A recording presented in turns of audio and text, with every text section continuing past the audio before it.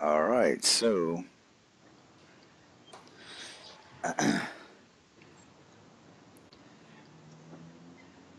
on this edition of Eternal blah, blah, blah. On this edition of Eternal Conversations, we have Gaia Tree. He is a philosopher, poet, higher dimensional beatboxer, and spiritualist. Yeah, man. So, Hello. hey, Hi there. How you doing? good, good. So, yeah, man. So we were talking about Asheville, North Carolina, and how it's strange because you hear about um, there's San Francisco and Hawaii, where all the higher dimensional people, higher consciousness type of people tend to meet and group up. But then I hear about this place, Asheville, North Carolina. I'm like, North Carolina, Yeah. it just doesn't seem to match up. Yeah. And you said you've been there and you're trying to move there. And what's the deal with Asheville? So I think, well, the East Coast has to have a place like that. The West Coast and the Midwest can't hog all the cool spots.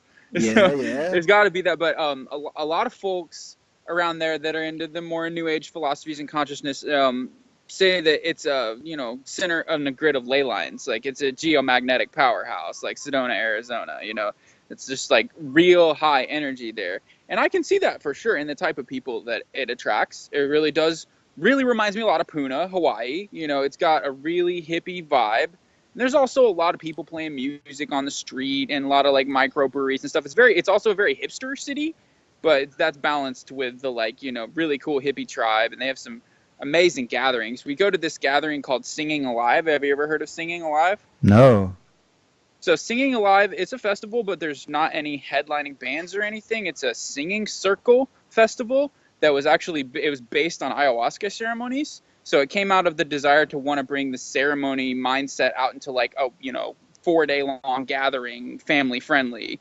So people have kids there and stuff. But you sit in a circle and a song leader teaches you songs and you sing them together, and it's just absolutely beautiful. It's crazy, healing, powerful, amazing, and that's the reason that we started going down there was that gathering. We're going back for our third year in next month in June. Um. So are hipsters and hipsters and hippies opposites? You think? Not at all. I think they're just it's all a spectrum really. To Yeah, me, a like spectrum. everybody's got a little bit of everything. Like I'm very progressive person, but I got a little bit of redneck in me. You know what I'm saying? Like I'm not scared to admit it. I'm proud of it. So it's a Well, spectrum. They're not opposites at all to me. No, there's just a different places on that spectrum. When I say a hipster, I know it's an overarching generalization, but somebody that's into indie rock and going to concerts and drinking microbrews and vegan, organic, that kind of thing. like for me, I don't know because I'm also from the South. I'm a Cajun, and which I mean, to some people could be a redneck, but but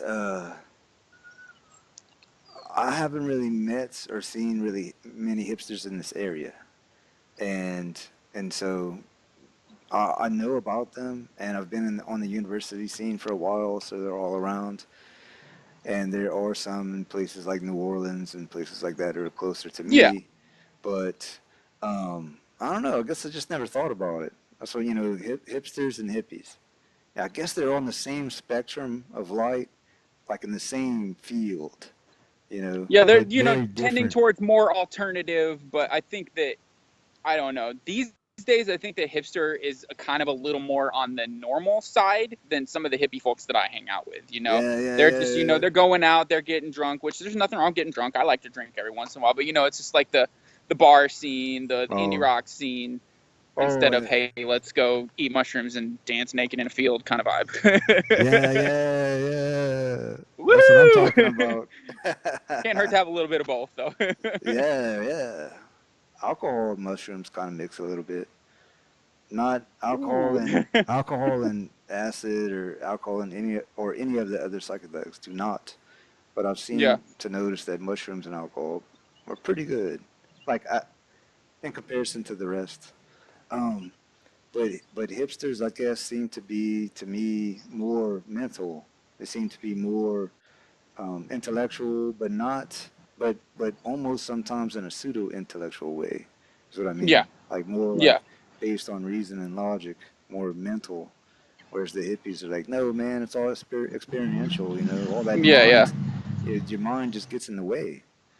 You know, Totally, it can. your mind is your worst enemy, according to Ram Yeah. Dass. You know, and And your so best friend though, if you learn to harness it and to ride it, it can be your best friend for sure. But it's definitely a stumbling block. It's a tricky one, the ego and the mind. yeah, I know. Uh, I guess you should be able to use it as a tool when you can to maximize it when you need it. But but if it's becomes an ego problem and it's always in your way, then you need to be able to turn it off and not use it. Yeah. Um, yeah, to be non-interpretative, mindfulness. You know, yeah, it's cool. I hear the birds and stuff singing. What was that? I hear the birds. Yeah, yeah. I couldn't hear you over the birds for a second. They were getting Yeah, loud up there. Yeah, I'm just yeah. standing out in the middle of the cul-de-sac right now, so all the creatures are around. So you started working at you're a cook at a um Buddhist temple. Well, it's Bun, which is one of the other Tibetan spiritual traditions. It's What is very it again? similar to Buddhism, and we actually trace our lineage back to a prehistoric Buddha named Tumpa Shinrap. Okay. So I mean, you can read into it however much you want, and you should never read 100% literally into any of these ancient texts, I think. But according to our ancient texts, he was around 18,000 years ago, Yeah, bringing the, tell us about it. so Preach the word of the Bun, God, man. yeah, the Bun tradition is very similar to Vajrayana in Tibetan Buddhism. A lot of the same rituals, very similar style of worship. If you look at the statues and the paintings and everything, it looks almost exactly the same. Which of course it was, Tibetan cultural definitely influences Tibetan Buddhism more. I think more than Buddhism does. The Tibetan culture influences Tibetan Buddhism, so it's got that and it's very shamanic. Bun has many levels, and you're looking at 9 levels on it. I don't remember all of them off the top of my head because I'm not the best scholar, but I don't want to say the lower levels, but the starting levels are more of a shamanic vehicle, whereas in Buddhism the starting levels are more like vipassana and Theravada meditation and stuff like that, which is more of just very simple, not any magic, not any fireworks, deities, all that jazz. And then as you go up, you get into the more higher tantra levels where there's a lot of deity visualization and merging yourself with the consciousness of the deities and whatnot while still maintaining your own awareness. And then at the very top you have Dzogchen, and Dzogchen means the great perfection, and that is also in the Nyingma school of Tibetan Buddhism. So Bun and the Nyingma school of Tibetan Buddhism all have Dzogchen, and it can be very different from a lot of the other schools of Buddhist philosophy and also even of Hindu philosophy, because in a lot of these other schools you get into this kind of nihilistic thing about emptiness, to where you can get sucked in the trap of thinking that emptiness is like void, and it's just darkness and there's nothing in it. But to Dzogchen, emptiness means full. It is pregnant with possibility. It's the energy of reality. It's not just an empty void. So if we're looking at the energy of reality down at its very basic level, it's awareness. Everything is real. Nothing is an illusion. The only illusion is that you are not just awareness. Your body, your limited body, your relationships, your identity, that's the illusion. But the world itself is not an illusion. It's just a play of the awakened awareness of the Buddha mind. So that's more on the Dzogchen philosophy side, which some other Buddhists would even say that's kind of a heretical viewpoint, because they want to say that it's emptiness all the way to the core. But this is what really attracts me to the Dzogchen philosophy. And it's one thing I really love about our tradition is that it gives a lot of credence to lucid dreaming as a path to spiritual awakening. It's actually the first retreat I did with my teacher. It was a dream yoga retreat. Oh man, that's so awesome. I've had so many lucid dreaming lucid dreaming, I didn't cause them on purpose, but I Hmm. remember my first lucid dreaming experience is one of the most mind blowing experiences ever, by Totally, far. Like the next totally. years, especially the next day, I was totally like, oh my God, like that was just as real as this. So what is this? You know? Yeah, yeah, for sure.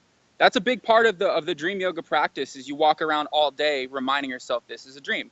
This waking world is a dream, just like my dreams at night. This is a dream. This is a dream. Reminding yourself all day, this is a dream. So when you fall asleep, that will come through. That'll be like, oh, wait a minute, this is a dream. You always got to Oh remind yourself. wow, that's cool. Yeah. That's So a technique I haven't heard. yeah, that's one of the techniques of the dream yoga. Actually, my teacher Tenzin Wangyal Rinpoche has a really great book called Tibetan Yogas of Dream and Sleep. That is, it's a fantastic text. Like you can do dream yoga just from the book. It's great if you can go to a retreat with an authorized teacher to receive the transmission, but you can do it just from the book for sure. Yeah. So can he do it at will? Have lucid I've never dreams? asked him directly. There's two stages to it. Actually, dream yoga is the beginning phase where you're working with your dreams and the colorful imagery of them, and then you go into sleep yoga, which is where you don't dream at all. You just spend the whole night in your sleep completely aware, kind of just floating. I've had a little glimpse of that. It's very tough. Like this is something that they say you can only get after many years of practice, a successful sleep yoga routine, and you're just you never really fall 100% asleep. Your body is sleeping, your mind is sleeping, but your awareness is still there, Oh, that's cool. just resting. Yeah, it's very cool. I remember a couple of my experiences. My very first experience, I don't know. I just realized that I was in a dream, completely 100%, and I was running around telling people, hey, this is a dream. None of this is real. These walls are not real. You are not real. This is all a projection of my mind. Like, and I was running into people. You know how in dreams, people and sceneries pop in and out of, keep changing, and people pop in and out. Well, these were people that I knew, and uh, and they all had the classic look as if you told somebody that in waking life, like, Like, like hey, this what's wrong with motherfucker. this dude? Like, what did you take today? Yeah, Kind of thing. yeah. And uh,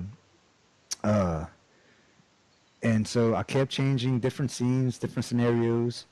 I was in a bar. I just switched it into a bar. I had a glass in my hand, and there was someone sitting next to me.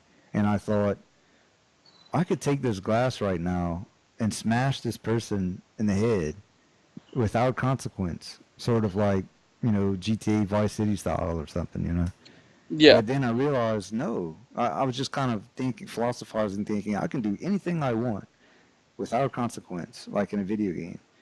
And I thought, no, because you know what? Actually, it would have the same psychological consequences on me. yeah. It would be the same negative karma. I would still feel bad whatever I did in a lucid dream than in real Totally. life. The consequences of the violent act would still be the same. And then and then the next and then the next scene changed, and it was me and this girl that I knew, and there was an 18-wheeler coming down. We were standing on a crosswalk, um, and there was an 18-wheeler coming down the road, and I said, um, and I was looked. I said, "Watch! I'm telling you, this is a dream. I'm gonna walk out in front of this 18-wheeler, and nothing's going to happen." And I looked, and it was coming. I was like, I don't know. It looked pretty real to me, and I said, pinch me. Pinch my hand as hard as you can. She did, and it did hurt. And I was like, No, oh man, I don't know, maybe never mind. you're not gonna take that chance. Yeah. And then I'll tell another one real quick. I was I was having a lucid dream. It was me and one of my friends that I grew up with, and I haven't seen in a while. But anyway, we were both together in the dream, and I could tell that it seemed to be a lucid dream, but I was trying to explain to him Rene Descartes' argument for how you can tell whether or not one is dreaming or awake. It's in his last chapter on his book Meditations, and his So the whole time we're having this, I'm having this lucid dream. I'm trying to explain to him, oh yeah, I can prove philosophically why this is not a dream or not. And his argument sort of is like this, basically, or one of the main arguments boils down to is that in waking life, people and scenery stays pretty constant. Like people who come into your day and the scenery that you are in stays relatively constant. Or in a dream, you could at one moment you're riding in a car, the next moment you're on a motorcycle, Yeah. and then back, and then you're in a spaceship, and then you're on the couch, and and then people like, hey, you pop in, hey, you talk to them, and then they disappear, and then somebody else comes in, and then you're like, hey, and then all of a sudden you're on a skyscraper, you're in a bar, you're in the forest, you're in the ocean. Yeah. But in waking life, it's pretty consistent, constant, and slow. But while uh, he disappeared for a little bit, Yeah, yeah. Sorry, I coincidentally, was turning the night coincidentally, light off on my iPad because you were getting orange. So oh, sorry about yeah, that. yeah, yeah.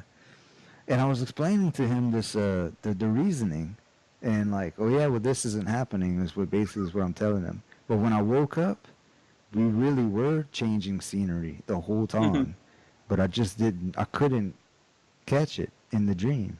I was Yeah. talking to the same person the whole time at least, but the scenery kept changing, and I kept and I couldn't tell until I Yeah. woke up, and then I reflected back in retrospect. I was like, whoa.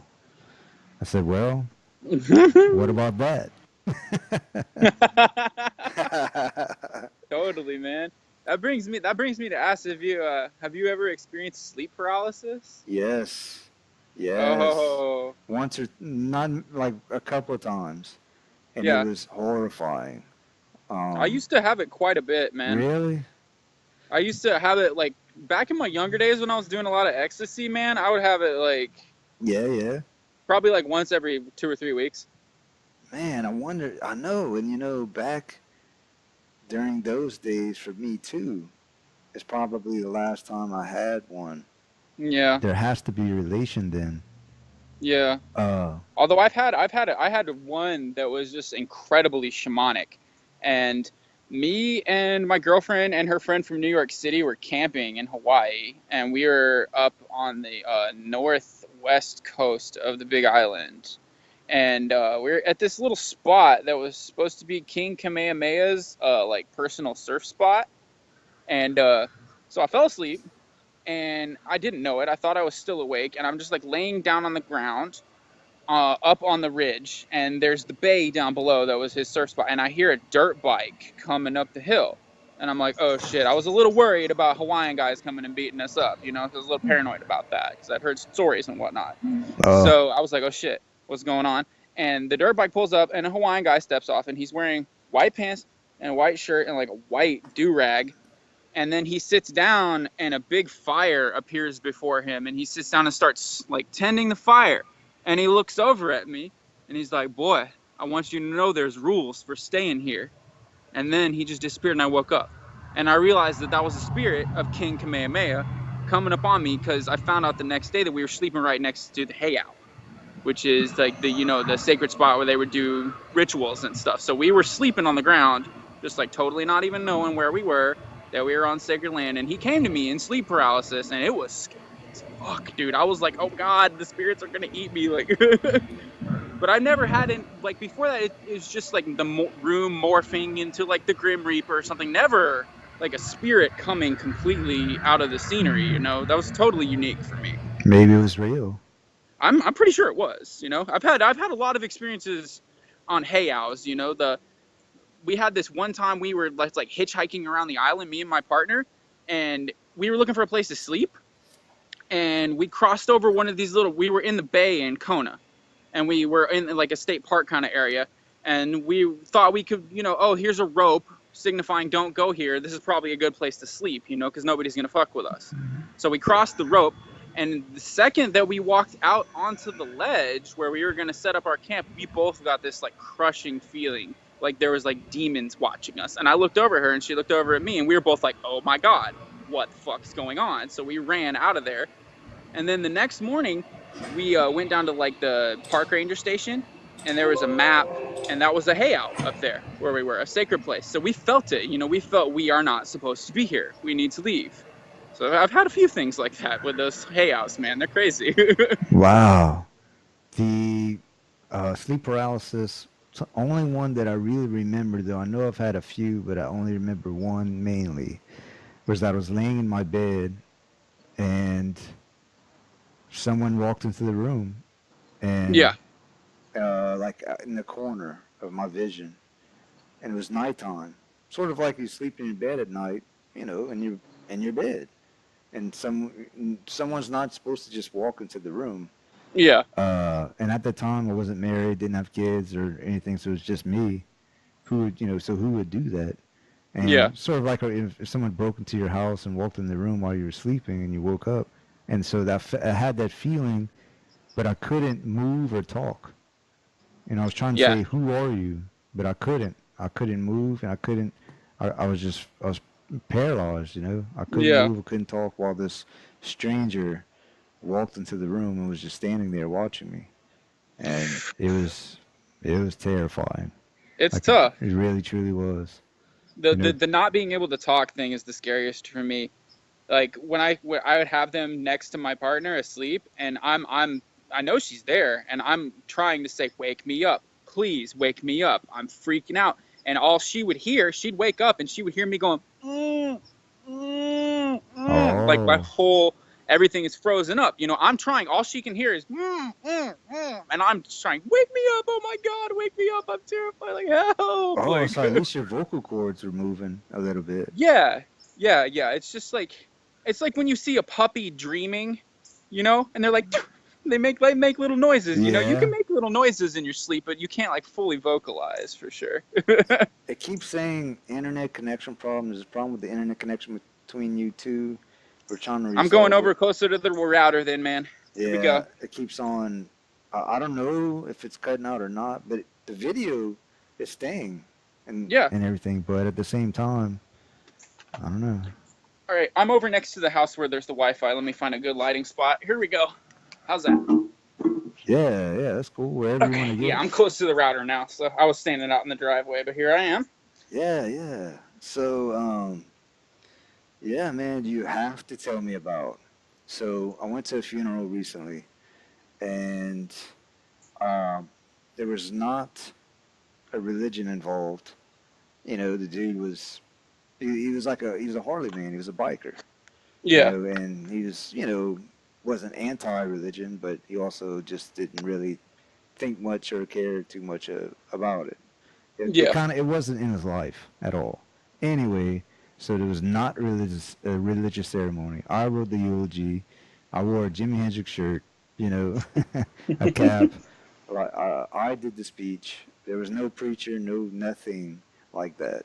And I thought, well, I said, let's see. I visited the higher dimensional realms. I believe it to be the afterlife. Can't prove it, but I just believe that it is. Uh, you can communicate with the dead um, uh, through like DMT or meditational practices. Um, and I said, I guess what I'm a fan of right now the most is Taoism. I've Hmm. handwritten the Tao Te Ching, copied it, Wow. and I've read it so many times, and to me it's so perfectly fitting to my life right now. And which is another thing, Buddhism too. But I'm like Buddhism and Taoism, or I know they're from the same origin, but I wonder if they have any conflicts. And Definitely. oh Definitely. yeah, Um, like let's it's say funny. I was talking to a Buddhist monk, a Vietnamese Buddhist monk who spoke barely any English about the Tao Te Ching, and told him pretty much what I told you just now. And I don't know, I couldn't like really understand his reaction. And I thought, I wonder if Taoists and Buddhists don't get along. It depends. Like Buddhism is probably one of the most just different, like among the different sects, like the most differentiated. Like there's so many wildly different things, and that's what's really attractive to me about Buddhism and Bon, because I mean I practice both of them, but Buddhism especially, like it's really got something for everyone. You have in the Theravadan tradition, you have it's honestly pretty close to atheism. There's not really any deity involved. You're There just is no God. meditating. Your mind is your God. You Yeah, know. yeah, yeah. It's a little closer to, and I find that some of the Theravadan schools work really well for people who have a very dry intellectual kind of vibe about them, and they're very learned and they like to meditate, and that's great. It takes all kinds. And then you have the Mahayana Buddhists who are more into, the compassion practices and stuff, and they venerate Kuan Yin and all that. And then you have Tibetan Vajrayana Buddhists, and that's more for people who are into like shamanism and magic and crazy deities and wrathful deities and skull necklaces and skull cups and all that Yeah, crazy stuff. Tantra, yeah, the tantric paths. And now yeah. The that word is a very agori. loaded word for sure. But when I say tantra, I mean using the poisons in life, anger, greed, lust, all of these things, using them as a vehicle for enlightenment is what I mean when I say tantra. So Wow. yeah, I mean, yeah, that all gets boiled down in Western culture to just sex magic, but tantra is so much more than that. A lot of the original tantric masters were they were like sitting out in graveyards naked, smeared in ash, meditating on top of a corpse, eating dog shit. Like these guys were Oh, totally off their rocker. like the agori. Yeah, yeah, exactly. The Agoris, yeah. Yeah. Get like There's a drunk tradition. and just They're like crazy. carry around skulls and ride worship and hang out with dead bodies like all day. And Yeah, covered in human ashes. That's yeah, cool. I've actually watched a couple of documentaries on that gory. I'm really fascinated by them. Uh, definitely. it's like Indian goth, but Hmm. but serious. Yeah, absolutely. Like Absolutely. goth is like the American version, but I guess, but but they're taken to a whole nother level. Totally, man. Totally. For real, like not just having a skull, a shirt, not just dyeing your hair black and having a shirt with a skull on it, but like having a real skull and Yeah, maybe for be sure. covered with real human hair. Yeah. Yeah, man. I like that gory. Every time. So when I'm come across Indian people from India, they're the nicest people, man. I hate the fact, being from the South too, that so many people are so racist against Yeah. even Indian people, And I'm like, every single Indian person I've ever met has been the most respectful, been Yeah. super Totally. nice, super respectful. Uh, yeah, super nice. And I met a lot of them at the university. Um, there were a lot in like computer science and engineering and stuff like that. But sometimes at a gas station, whatever, man. Anyway, every time I come across one, I'm like, hey, namaste, And they're like, whoa, like they're like, wow, Yeah. can't believe you know a word at least. Yeah. And I'm like, namaste. Once there, you say namaste. When you leave, you say namaskar. Hmm. So like namaste and namaskar and stuff. And then I start telling them all the words that I know, like namaste, namaskar, yoga, and agori, and the kumbh mela, Hmm. and like I don't know. I try to think of Shiva and Ganesh, and I try to think of all the different words that I know, throwing them out there, and like, wow, that's awesome.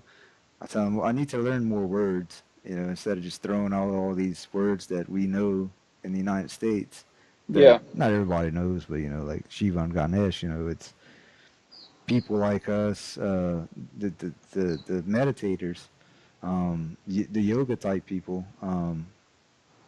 I don't know, So I tell them, I gotta expand my vocabulary.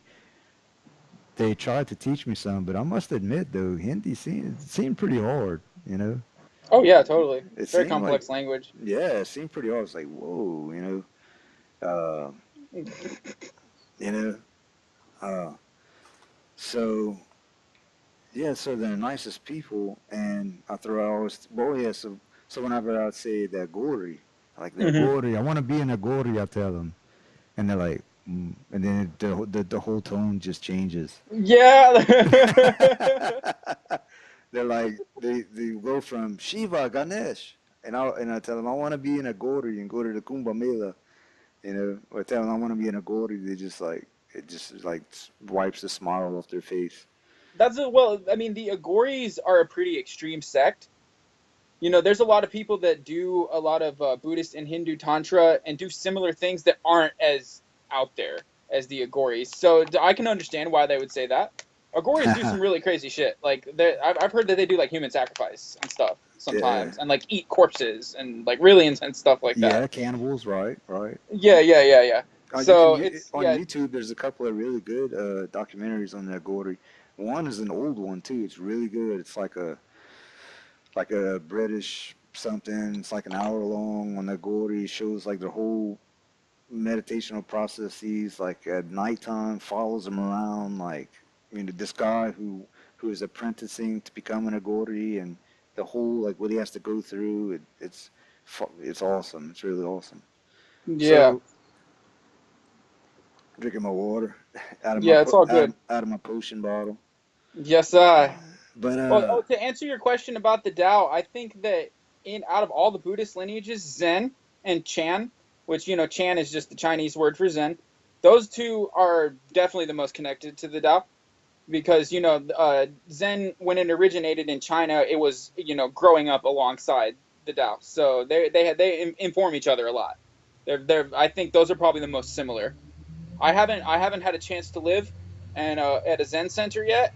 There's one out in New Mexico I really want to go to. It's called Upaya, and this lady Joan Halifax. She was a PhD in shamanism. She wrote a lot of books around shamanism, and then she became a Zen abbot of this monastery. She's a really interesting character.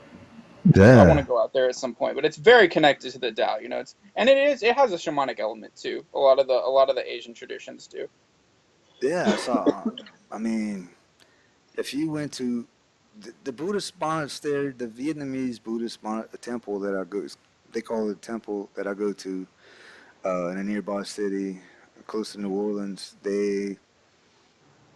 Um, it's strange because there's like 4 or 5 monks, Vietnamese monks who barely speak any English.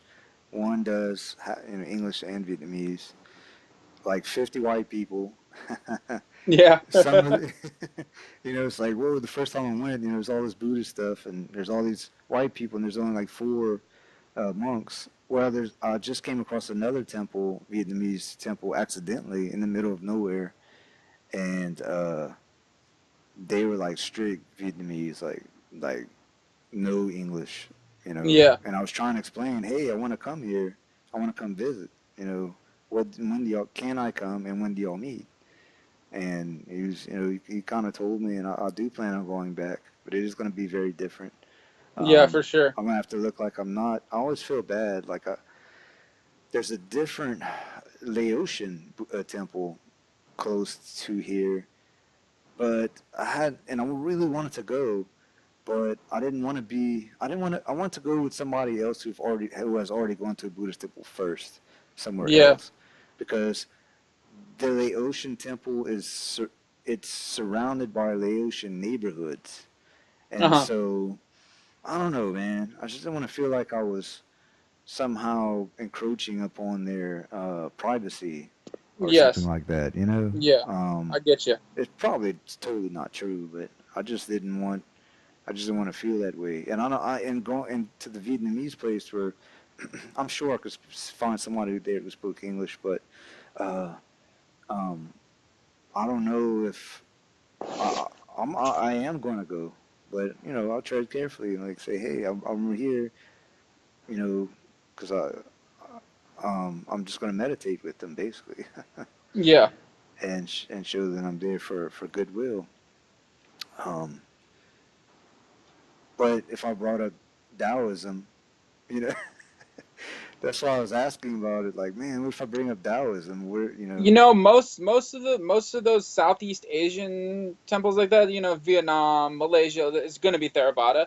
So out of all of the traditions of Buddhism, they're probably going to be the most uncomfortable with you bringing up other forms of practice because they tend to be. I don't want to say that they're sectarian, but they tend to just stick to what they do and not like intermix it with too many outer things. Like they definitely have, like, you know, the Thai forest tradition is a Theravada tradition that has blended with the you know, like animistic, shamanistic Thai religions from the hills, you know. Yeah. But mostly Theravada, and they try to keep their lineages very pure. So I would understand if they would give you funny looks if you're trying to be like, "Yo, what's up with the Tao?" Like, Yeah, and I was showing him a book. I coincidentally had him in truck on light healing, like light healing meditation, like imagining your kidneys or your liver or whatever intestines, and matching it with a certain light and a certain type of healing entity, and or the certain spot in the universe and all this stuff like that. And I was showing yeah, it to him like, hey man, check this out, you know. And so what I did was, he didn't speak English, so I went to Google and I typed in Vietnamese to English translator, and I would just yeah. type in whatever I wanted, and he could read it. And it was pretty cool. It worked out like that. He was such a nice man, a monk. He said he's been a monk his whole life. I asked him, you know, and um, but anyway, he said that's yoga, and yoga is not meditation. And I was Ooh, like, yeah, yeah. You'll find a lot of attitudes like that and I was amongst like, Theravadins. what? You know, I was like, I was totally surprised because I was like, hey man, check this out. Look how awesome this is. You know, look, look. And he was like, and I said, well, what, you don't like? And he said, no, I don't dislike. It's just not meditation. mm, And I was like, whoa. And I was like, and then I kind ouch. of Yeah. realized, like, well, then I realized, like, you know, sort of like, uh, you know, Baptists and Catholics or something, you know, Oh like yeah. You'll find a lot Baptists of that. are not going to say, are going to say that Catholics are not genuine and all this stuff, you know, because Yeah. for certain that's not real. You know, Catholics will say no, ours is only real. You know, I guess I was trying to think of, you know, trying to make some comparisons. Uh, but then I realized that no, this dude is serious about what he's been studying his whole life. That's cool, you Yeah. know. There's nothing wrong Yeah. with that, of course. But I realized that, oh, you know, like so people like us, who are in the United States, I guess we forget sometimes we have the luxury of studying all the religions. Like I study, you know, we study all the religions Hmm. and pick pieces out of here and there and stuff, and we have the ability through the internet, say, to just study. Whereas a lot of people who are in isolated countries, or especially before the internet, Yeah. Yeah. you know, or people in third world countries, they don't have that opportunity. Like Yeah. whatever religion they're taught, that their parents taught, learned about, and family and community and culture, that's it, you know.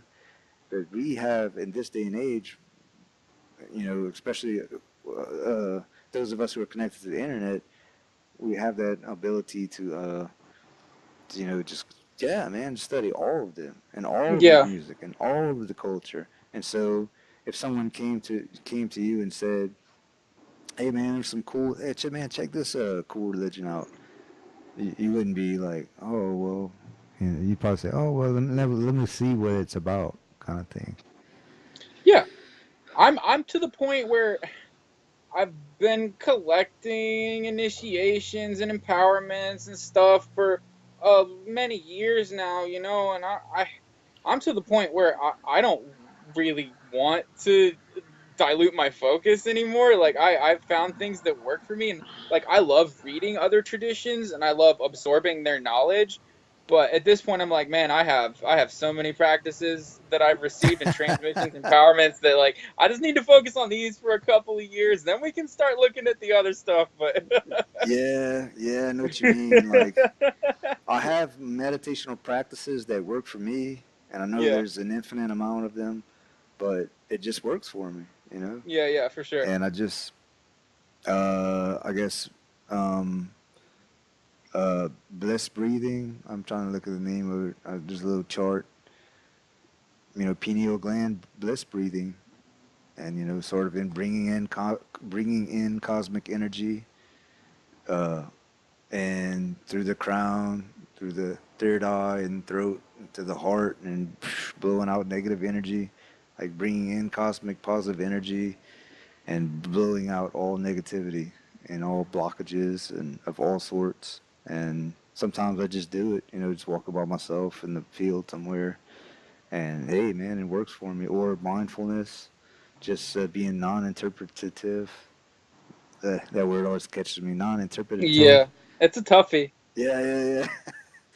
One of my favorite things that a meditation instructor ever told me was turn your mind back in on itself and use your mind to look at your mind. And that's so trippy when you're deep and then you're just like boom.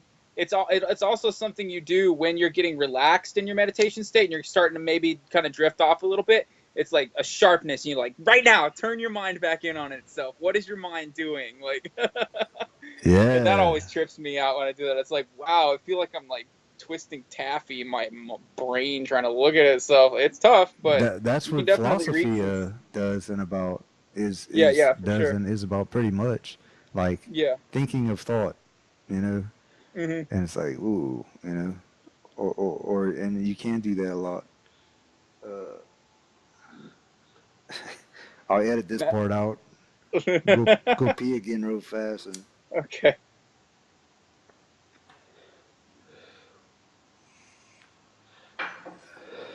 Enjoying that fine legal tobacco there. yeah, yeah, yeah, yeah. Yeah, tobacco, man.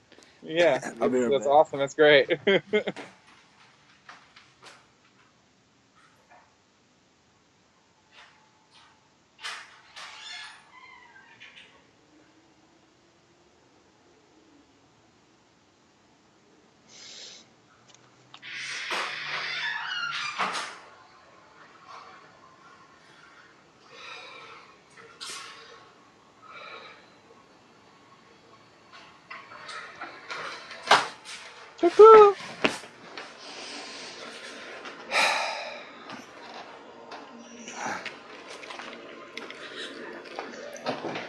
Yeah, so um, what I was gonna, what I was getting at earlier is that so the funeral that I went to without religion, I thought, and on shortly after on some paperwork, it asked, um, "What is your religion? Your religious? What is your religion?" And I was like, I don't know. Like I do believe in the afterlife, and I do believe in higher dimensions, and I do believe in God. I can't figure out if God is a separate being or if I, I like pantheism. I'm a fan of Yeah. pantheism, but I can't figure out if there's a pantheism. So pantheism, there is no God because all is God. But it seems like there has to. It seems like there's also this force, this novelty creating, like Terence McKenna says, this novelty creating force, this life force, this Yeah. this will, um, this will to live and progress and become better and better, um, like what we do with technology.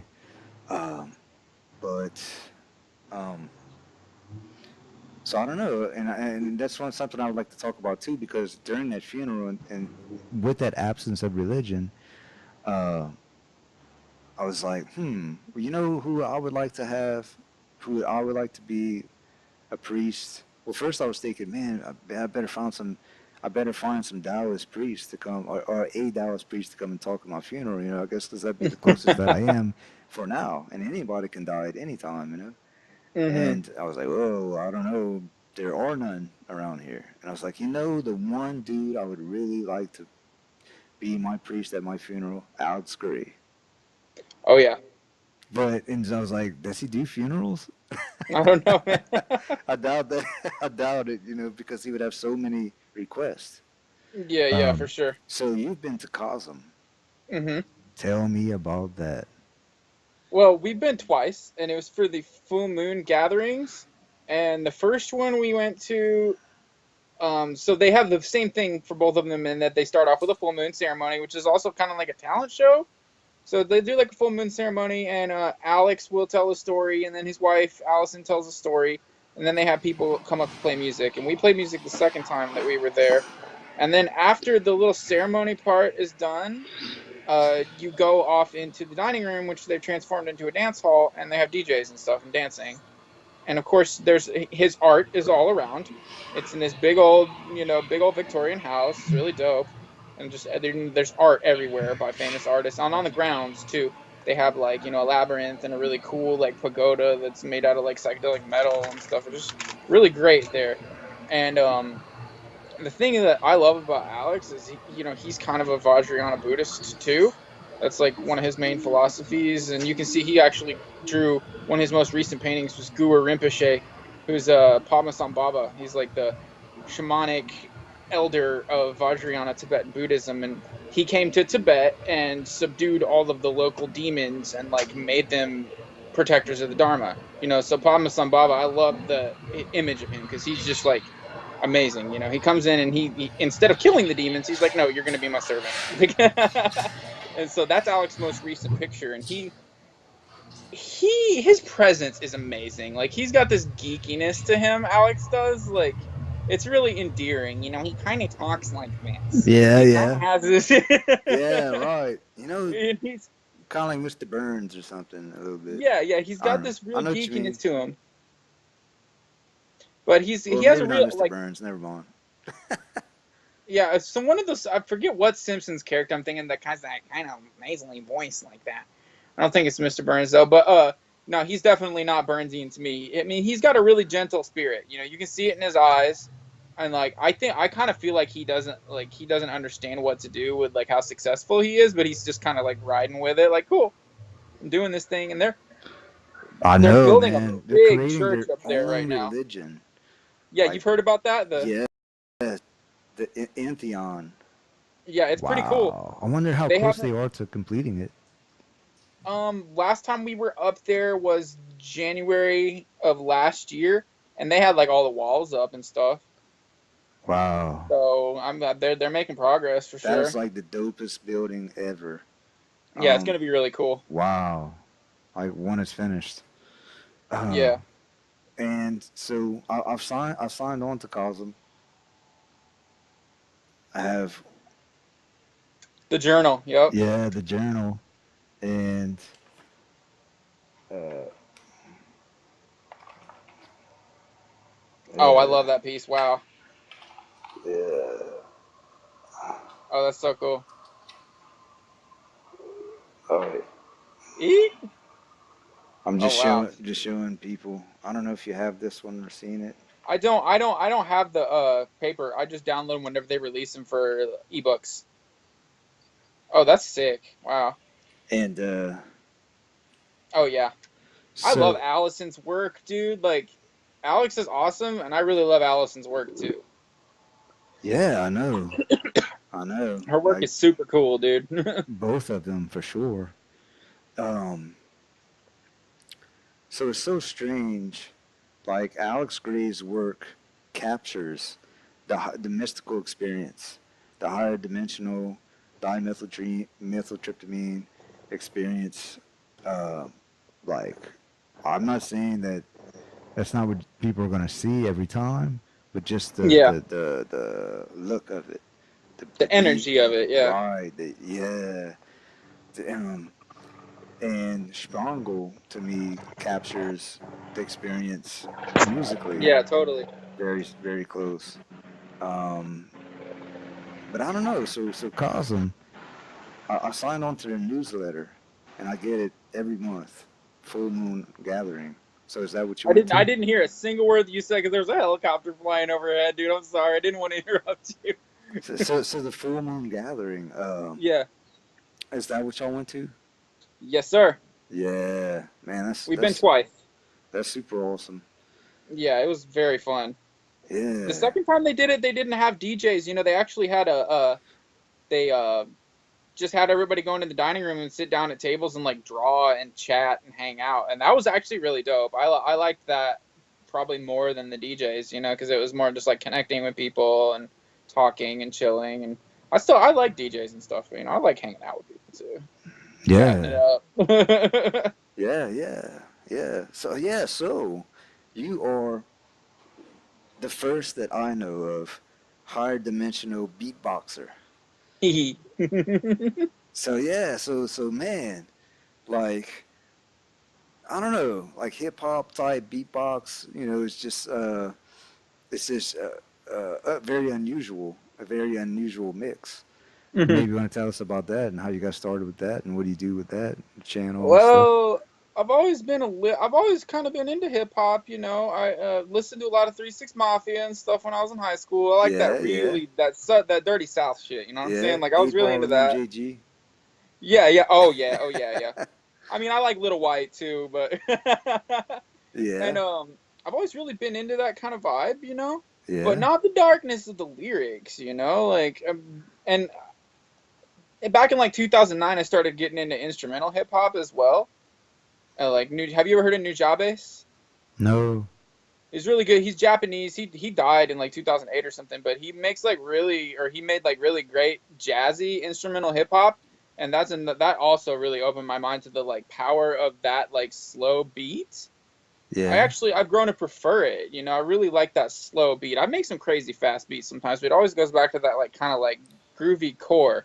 And so I started beatboxing when I was probably, I don't know, just 15 or 16 years old, and I just kind of casually did it throughout high school, you know, and never really like started like practicing a lot until I moved to Hawaii, and I just started doing it because it was something that I could do at drum circles and stuff, and then I had a few uh, entheogenic experiences that kind of really opened me up to the power of it. And it started off with ayahuasca. And my first couple ayahuasca ceremonies, I was getting like all of these imprints in me on how to beatbox in a shamanic fashion, you know, because I was also starting to That's study awesome.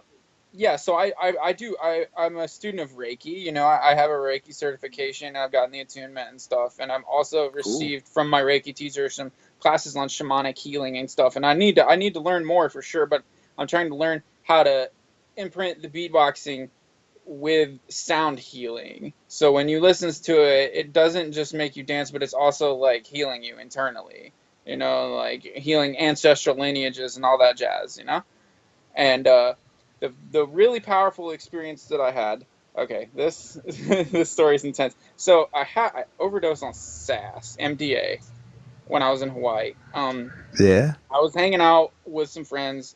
This guy he had a jar of pure SAS, pure MDA Wow. crystals, and he went to bed Wow. and left it sitting out, and we were just like, oh my god, let's get down, you know what I'm saying? And I was just like, you know, doing it all night, and then I ate a really big chunk by accident, and he told me it was about 30 doses the next day that I ate. Oh my And like God. I felt it going down my throat, and I was like, "Oh shit, son, that was like way too much," you know. Yeah, yeah, yeah. And so the I before I went into the like really bad part of that, where I was like fighting off seizures with breath work for 18 hours, I was like going through this like crazy trip, you know, like it was a total like just I was out of my body entirely. And there was this part in it where I was beatboxing into a harmonica. I was actually doing this, so I was like there in my body beatboxing into a harmonica, and then I turned into an African American kid with a turtle shell on his back, and I was beatboxing into the harmonica, and I was watching the energy from the beatboxing go up to like a star destroyer in space orbited above Hawaii, and they were sending stuff back down into my crown. They were like in programming me with you know, like all of this like really psychedelic spangle esque beatboxing, you know, Yeah, yeah. things that I can do with my mouth and stuff, you know, and it was getting pushed into my brain from Whoa. this spaceship up in orbit. So Yeah. yeah, and then I know what you mean. yeah, yeah, it's, and I had one other experience where I had did a Vipassana course, the 10-day meditation course. It's silent, and after I got out, I dropped a tab of acid, and I was like, you know, I was having a difficult time. And my friend handed me his panpipes, and I started beatboxing into them, and that was also another like huge activation for me. And since then, I've just been, you know, I didn't know I was that like good or whatever. People kept being like, "Oh my God, you're amazing," and I'm like, "Cool, I'm gonna keep doing this." And then I got a looper and I started doing that jazz, and it's just been really fun, you know. And what is the name of your channel? Your YouTube channel, Gaia Tree. Yeah, Gaia Tree is my YouTube channel. Yeah, and I'll be uploading a lot more videos there. I'm It's Gaia Tree. still trying to G get the I A discipline. I. Tree. Giaitree. Yeah, y'all can look Yeah. me up on YouTube and check me out. I got some videos of me beatboxing up there, and also a few videos of our acoustic project is called Sangha Birds. Me and my partner have an acoustic, kind of like folky heart songs project, and I used to play a lot of guitar and ukulele, but now I've merged both of those. I play baritone ukulele, which is like it's like a guitar kind of, but with only 4 strings. It's Yeah. like a lower ukulele, and we will have some of that stuff up there too. And we have a website is songabirds.bandcamp.com if anybody wants to listen to our acoustic music. It's pretty Yeah. good stuff, if I may say so myself, and Yeah. we'll have some more of that coming as well. I've I've got a lot of songs I need to record, man. I probably have like 1 or 2 albums of beatboxing stuff ready to go, and I'm getting to the point with my hip hop beats that I'm producing as well, like electronic beats of hip hop. Yeah. It's fucking Sorry, to where awesome, I'm man. gonna want to start rapping over them and stuff as well. So Yeah, that's fucking awesome, man. Like the yeah, first that I know of, at least, or that most people know of, the first, uh, like psychedelic hip hop or beatbox rapper, you know, who. So, so I'm trying to figure this out too. What religion are we? You know?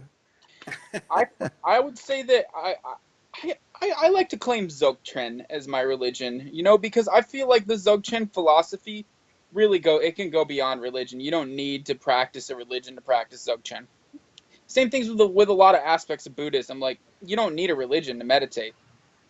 It's Yeah, nice to have the support and whatnot, but and like I do love the cultural Tibetan trappings. For me, I would say I'm just a Tibetan in a white body.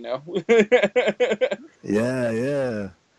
Well, that's what I was going to say earlier too about the temple that the Vietnamese temple, the main one that I go to, with the white with like the 4 monks and the 50 white people. There are Christians there, and he will talk Yeah. about Christ and Buddha. And the Vietnamese monk, the speaker, he will talk about Christ and Buddha. There are Christians there. It's very strange. Like there are. Well, you're in the South. They gotta play to their audience. Yeah, yeah, yeah. Whereas the other temple is like, when I mentioned the Tao, he was like, half smile and half round, And then when I mentioned yoga, he was like, kind of got more serious, Yeah. But for that one, it was all about meditation. He even said, we're bowing, but we're not worshiping Buddha. We're just worshiping an enlightened state, just giving gratitude and just giving gratitude. You know. And we were having a big discussion about that. Me and like a group chat text on Facebook uh, about love and about gratitude, and I was wondering. I think gratitude is a um, I think gratitude is a necessity. It's Absolutely. before love, though. Like trying to like define love. And I was like, define this or that, and all this stuff. And I was like, I think gratitude is trying to think of the word, um, you know, precursor to love, or a necessary step that one must take, because one has to have gratitude in order to give and receive love. Absolutely.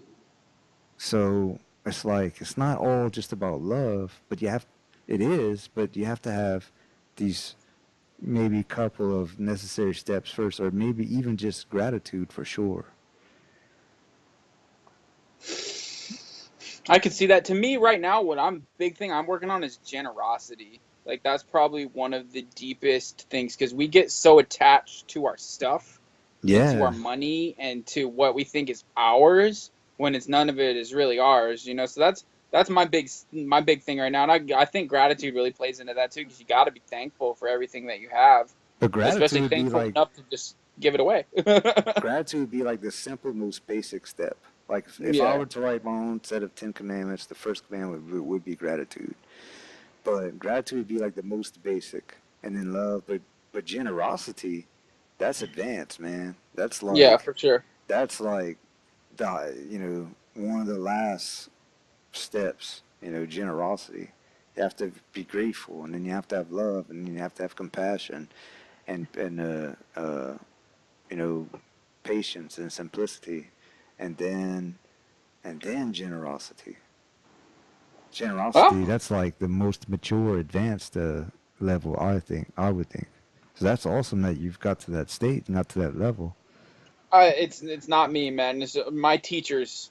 You know, my teachers. They're always saying generosity. You know, I don't really learn anything on my own anymore. My teachers are the ones that open the gateways for me, and generosity has just been on my mind because I'm a very, I can be very non-generous. You know, I can want to hoard what's mine and whatnot, and that's a real detriment to my spiritual practice for sure. It's just sort of like a human. It's just a habit, Totally. or especially back in the day when we didn't. People had less stuff. I guess it was Yeah. more important. You have like Yeah. living in a log cabin, and all you have is like a bowl and a cup and a fork and a pot, and really not too much stuff, But nowadays, man, we just have so much stuff. Like me, I'm like, golly, I have too much stuff, Oh, I But know, man. I'm not looking forward to the next time I have to move. but the problem with me is I'm also a very sentimental person.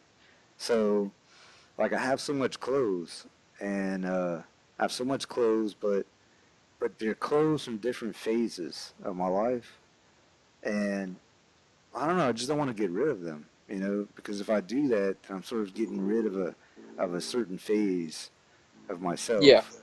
Um, so like I had like kind of like the gangster phase, like 18, 19, 20 maybe, and then like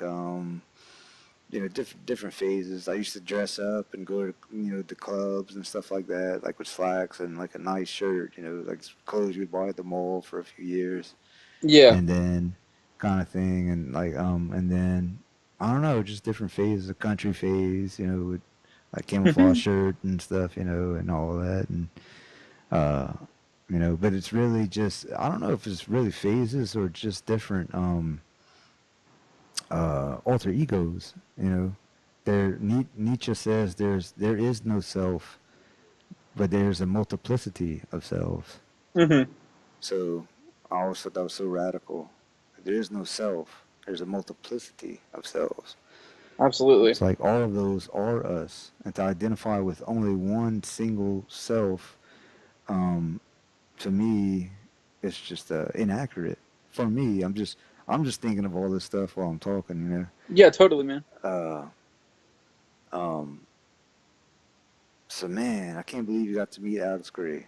Yeah, That's pretty fucking cool. awesome, My man. part, my partner hugged him. I didn't have the balls. You did really? Yeah, yeah. Wow. My partner Victoria, she hugged him, but I was just like, "Oh God, it's Alex!" I was like fangirling out over there, you know. You might have exploded into light, Yeah, yeah, if yeah, you had hugged him. yeah. He's a good Um, dude. I liked him a lot. I really he's like the community. There's a lot of people that live there, you know, that really? volunteer and stuff. Yeah, Wow. and they seem like they have a really nice community there, you know. Oh man, I bet. So awesome. Yeah. I have to make it there. But you know what? I'm gonna wait for Entheon because Oh, totally. I'm so far away. If I'm gonna go at this point, I may as Yeah. well wait until Entheon is built. Probably be a couple of years Yeah. It before is it's. really cool to stay there over the weekend and like, rent a room in the gray house is really cool. Yeah. It's really fun to stay there and like have breakfast with everybody that lives there and stuff. It's a really nice community vibe that they have there. I like it quite a bit. Oh, I bet the best. Like that is that is the church that I would identify with the most, probably. Yeah. You know, whatever kind of church they're making. You Like know. Alex says, the religion of art. Yeah, yeah, yeah, yeah, man. And it's true. All of the, I totally am a fan of Jung's archetypes.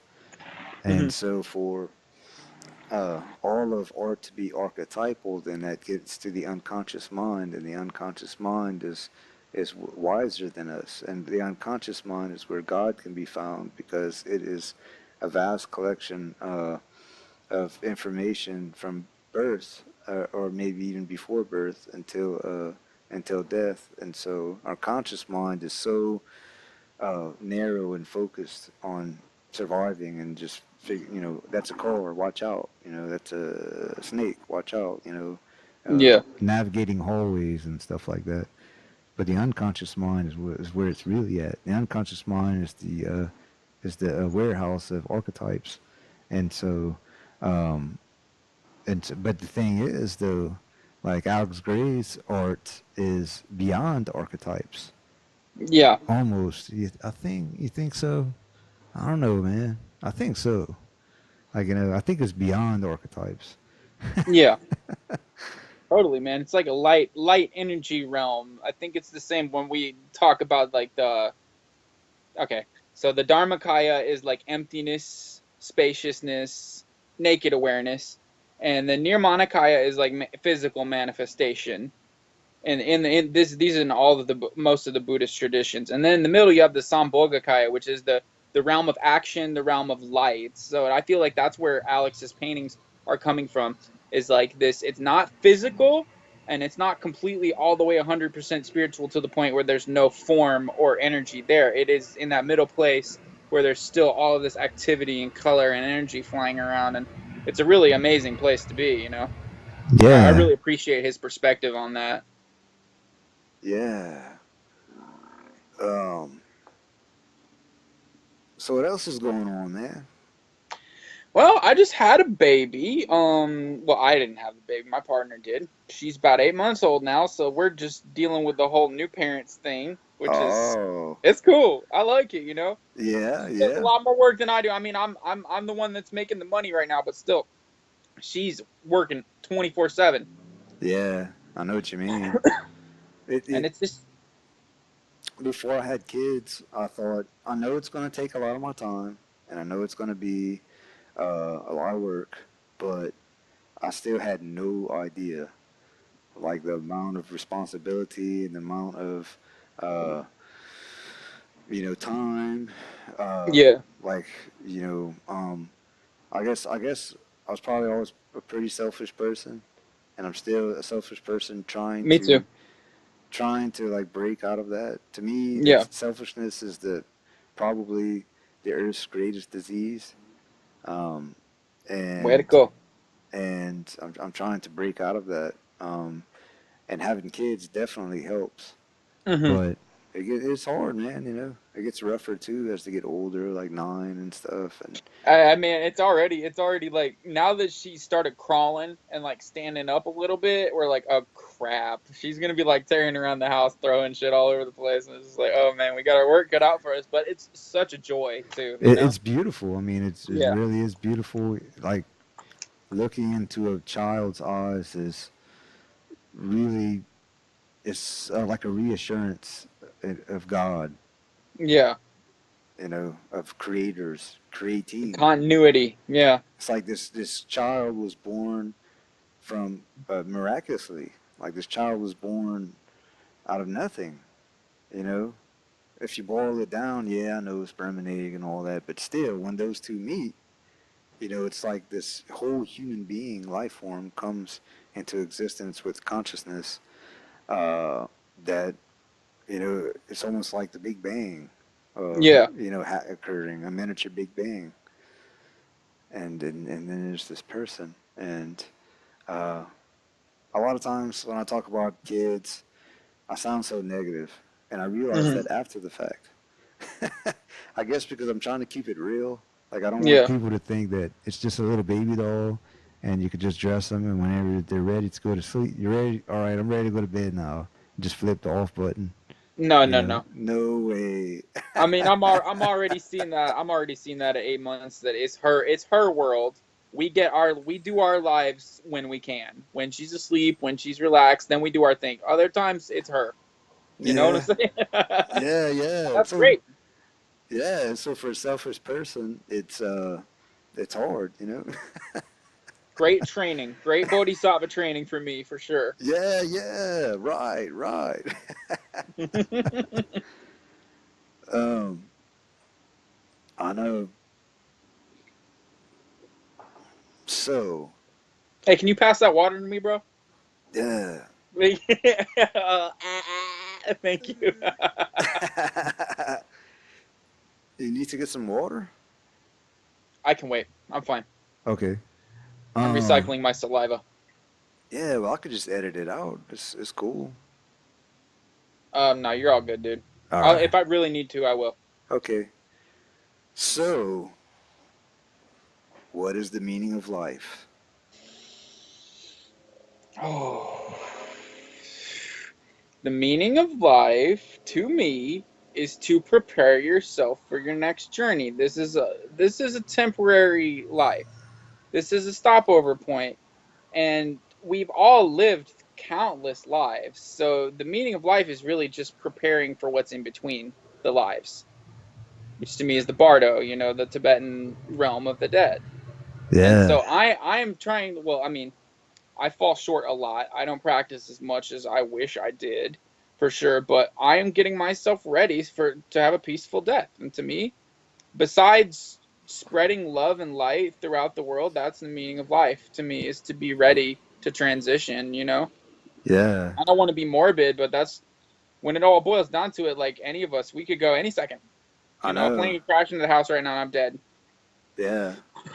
Somebody could shoot a gun a mile away and, hunting or just whatever, and the bullet could just hit you in the head. This iPad could explode in my face and just totally knock me out. Like Yeah. that's one of the central things that I try to focus on right now is impermanence, and I'm not nihilistic about it. And I think that's a real trap for people when they get into thinking about impermanence and void and emptiness is getting into nihilism, getting into stuck into the universe is a cold machine and I'm just a cog in it. I'm not that's not where I'm at. But definitely to me the meaning of life is preparing myself for what I have to do and reducing my attachment to a point that I'm ready to let it go when transition comes. I pretty much believe the same. William Blake said, "Nothing is lost. Everything transforms into something else." Mm-hmm. And Einstein would say, you know, e- energy is never lost. It just Mm-hmm. transforms into something else. And I just get that notion that, to me, one of the meaning of life is that it seems like we're all here because there's something that we're supposed to learn. There's Yes. like there's like something, and it may be different for everybody. I don't think Mm-hmm. it's the same like one thing. I think it could be, but it seems like it's different for everybody. Like there's Yeah. one thing that you really really need to learn, like get before you Absolutely. die, and and a lot of people, if not most people, don't or don't seem to, and you know sometimes you feel sorry for that person. Like, damn, say they die, you're like, man, they didn't get it. They didn't get the point. Uh, uh, or I guess it's really egotistical to even say that, because maybe they did, you know. Yeah. But who knows? But you know what I mean. So I totally agree with that. I think it's the same. It's like there's something that we're supposed to learn before we die, and for me, I'm always trying to make myself ready to die at any moment because there are people sometimes who die my age or our age. They die, and you're like, wow. You know, all right. So once you die, at least in this dimension, for this life, and to me, you only live once, no matter what you believe. Even if you believe in Christianity, it's heaven or hell. If you believe and if you're an atheist, then you die and that's it, turn to dirt. If you Even if you believe in reincarnation, you are still one time Gaia or Damon McGregor. Yes. That Like you, identity does not get like recycled. like at this point in history, this Yeah. historical numbers as this person. So I think there should be a great importance influenced on making the most out of your life at all points, being ready to die. So I think it's not uh, uh, gorish, or it's not gloomy to say Yeah. to say that what you just said. Totally, man. And I mean, you look into the lineages that I practice, and they talk about the rainbow body. Have you ever heard of the rainbow body? No.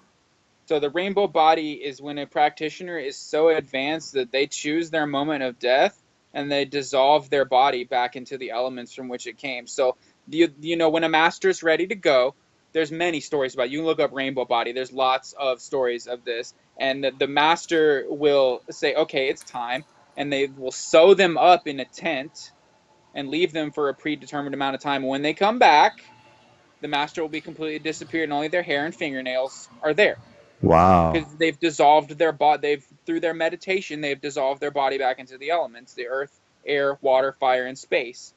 You know, and sometimes it'll get. I've read stories of the disciples being impatient and they interrupt it and they come in there and the master's body is like the size of a child. Now, you know, they've been dissolving their body, but it just shrinks down. Even they catch it before it goes into nothingness. So that's an aspiration for me for sure.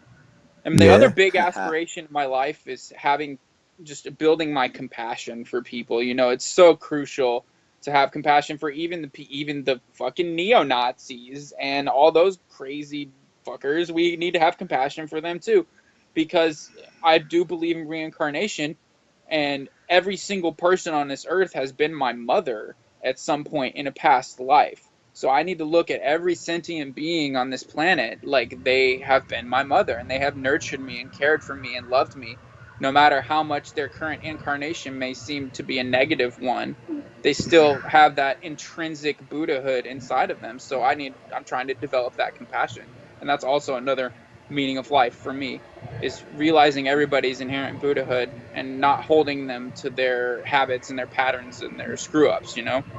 Yeah. The Tao welcomes both saints and sinners. Yes, And or the master, not the Tao. The master welcomes both saints and sinners equally. uh, And and um I forgot what I was gonna say. Shit. Um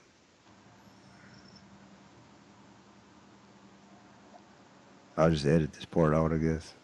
all I'm right, trying this to is probably a good time for me to go switch back over to my phone because my iPad's about to die. So I'm going to go grab my phone really quick. Okay? okay. All right, All I'll right. call you right back. Okay.